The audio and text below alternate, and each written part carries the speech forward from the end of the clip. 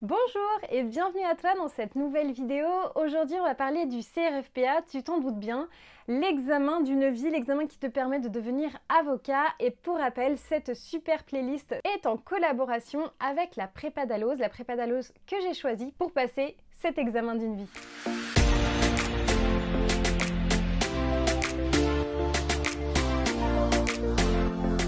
Alors aujourd'hui, de quoi on va parler? Eh bien on va parler de la question que je me suis moi-même posée.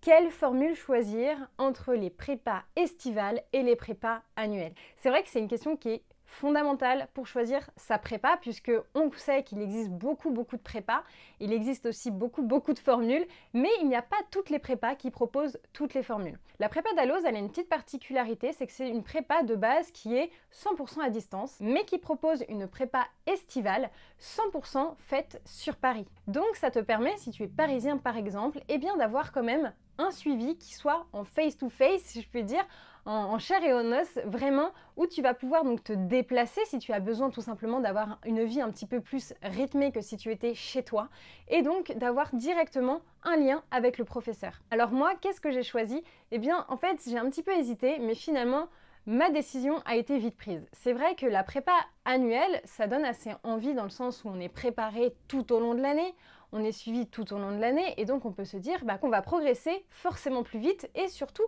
sur la longueur. Ce qui n'est pas du tout faux. Mais pour autant, en ce qui me concerne, c'est vrai que c'est pas ma méthode de travail. En fait, choisir sa prépa, choisir la formule de sa prépa, eh bien c'est vraiment quelque chose de ultra personnel. C'est pour ça que je t'invite à bien mûrir cette réflexion, c'est très important. C'est vrai que moi, en ce qui me concerne, je travaille généralement de façon plus efficace et intensive que un petit peu sur la longueur. J'ai un petit peu de mal à traîner quelque chose sur la longueur. C'est vrai que c'est un petit peu la qualité de mon défaut et puis le défaut de ma qualité, c'est que j'aime bien que les choses soient intenses et rapides. Donc c'est vrai que pour moi, la prépa estivale, ça a été un choix un petit peu plus évident dans le sens où, voilà, dans ma tête, dans mon esprit, ça me rassure beaucoup plus de me dire que voilà, de juin à septembre, fin août, eh bien je vais être 100% dans une prépa où je vais bosser à fond et je ne vais penser qu'à ça. Plutôt me dire que de travailler de septembre jusqu'à fin août, un petit peu et un petit peu plus intense évidemment en été. Pour autant, je ne critique pas de façon négative les prépas annuelles puisque ça a un confort énorme, c'est que ça te permet de mûrir un petit peu plus l'examen.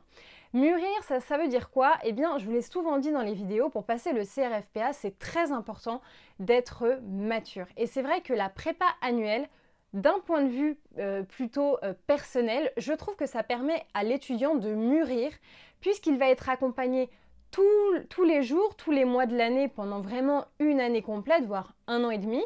Et ça va lui permettre vraiment de grandir et de mûrir. Pour un étudiant qui a eu un cycle classique, c'est-à-dire qu'il a eu son bac, sa licence, son master et qu'ensuite il se prépare pour le CRFPA, eh bien tout simplement, il est jeune pour passer cet examen. Il est jeune, ça ne veut pas dire qu'il n'est pas capable, non, pédagogiquement, il n'y a aucun souci, mais il est jeune dans sa tête, ce qui n'est pas du tout une critique négative. Et c'est pour ça que je conseillerais vraiment 100% les prépas annuelles pour les étudiants qui ont donc un parcours classique, qui n'ont donc jamais redoublé, pas comme moi, et qui ont donc besoin d'un petit peu plus de suivi pour étoffer un petit peu leur personnalité, prendre un petit peu plus de recul et ne pas se plonger dans un CRFPA 3 mois comme ça à fond parce qu'ils risquent finalement d'être un petit peu trop déstabilisés et ça serait dommage de griller une carte rien que pour ça. Donc finalement, la question de la prépa estivale et annuelle, encore une fois, c'est très personnel.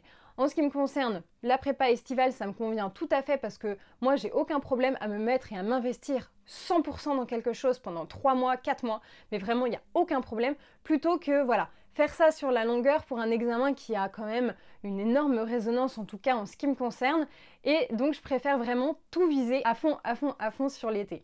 En plus de ça, moi je suis en Master 1, donc c'est vrai que pour passer le CRFPA, il est nécessaire que je valide mon Master 1, sinon je ne pourrais pas passer le CRFPA. Donc c'est vrai que pour moi, ça serait une pression supplémentaire que de faire ma prépa CRFPA, que de faire mon Master, en plus de tout ce que je fais à côté avec le droit en 5 minutes, ça me ferait en fait trop de choses. Et j'aurais peur en fait de délaisser une chose pour une autre, de délaisser mon master au profit de la prépa, ce qui n'est pas logique en soi, mais c'est ce qui pourrait arriver. Parce que bah voilà, si j'ai pas le Master 1, bah ça sert à rien que je fasse une prépa, puisque bah il faut, comme je te l'ai dit, un Master 1 pour passer le CRFPA. Donc voilà, il faut savoir se poser vraiment des questions. Comment est-ce que toi tu aimes travailler? Comment est-ce que tu aimes le challenge? Parce que finalement, préparer le CRFPA, c'est aussi vraiment un bon challenge. Donc à toi de voir comment est-ce que tu veux le préparer.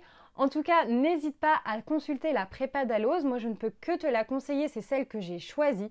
C'est celle vraiment avec qui j'avais envie de collaborer. C'est moi qui les ai contactés encore une fois. Et d'ailleurs, à ce propos, avec le code Constance5, ça te permet d'avoir 5% sur toutes les formules, annuel ou estival. Donc voilà, peu importe ton choix, tu auras 5% si tu mets bien le code Constance5, tout simplement en lien dans la description. Et voilà, ça te permettrait d'alléger un petit peu tes frais, ce qui peut quand même faire toujours plaisir quand on met beaucoup d'argent pour se préparer à cet examen.